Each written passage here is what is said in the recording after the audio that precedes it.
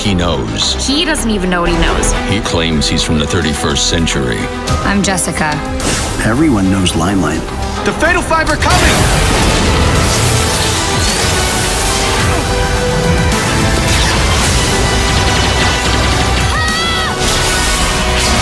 Hi, this is Marc Morrell from ToonBarn. We're here at WonderCon 2019. We're talking about Justice League and the Fatal Five, or Justice League versus the Fatal Five. Sorry about that. And I'm here with Kevin Conroy, who plays Batman. How are you? Good to see you. Happy 80th birthday, Batman. Oh, I don't look that old, do I? Some of the people Recently on Twitter, I said, someone said I'm 80. I'm not 80. I got so many tweets back saying, holy mackerel, you're 80? You look awesome for 29. The idea. 29, yeah, there I am. So, in this movie, all right, who's smarter? Is it Tharick? Is it Mr. Terrific? Or is it Batman?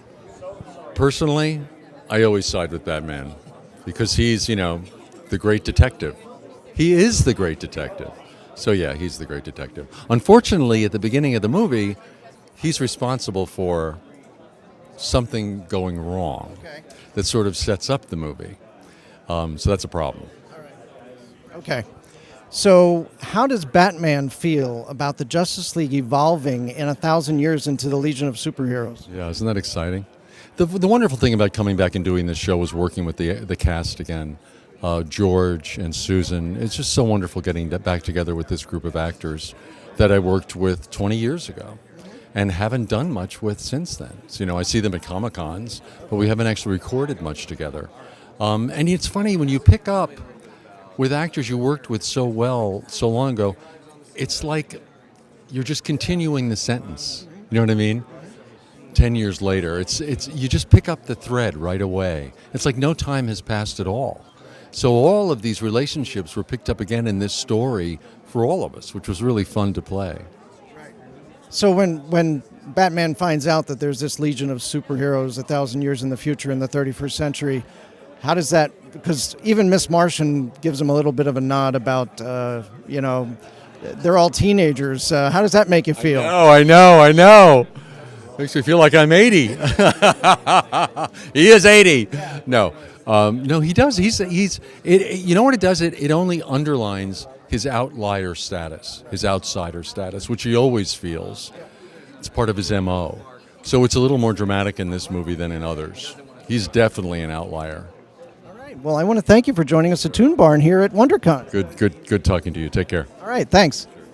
There's so much darkness to him and so much weight to him that I always look for any opportunity to contrast that with something lighter, with something ironic. And so the banter was someplace I could find that. And I'm always looking for that in the character because he can be so dark. Broody. That it's just you look for any moment that's a different color, and those are great other colors. Established these relationships years and years ago, and when you get back together, it's like getting back together with someone that you haven't seen from college in 20 years or something. You just pick up a sentence the way you left it off 20 years ago. You just pick up the threads of those friendships. That's what it was like for us. Batman, is it?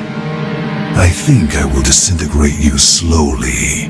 Bring it, Skeletor.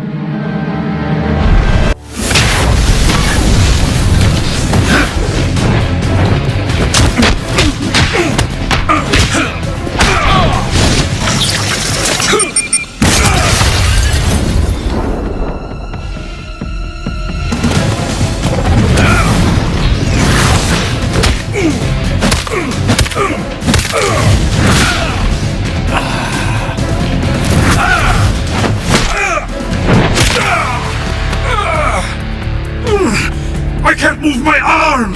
Pressure points. You might not be human, but you fall like one.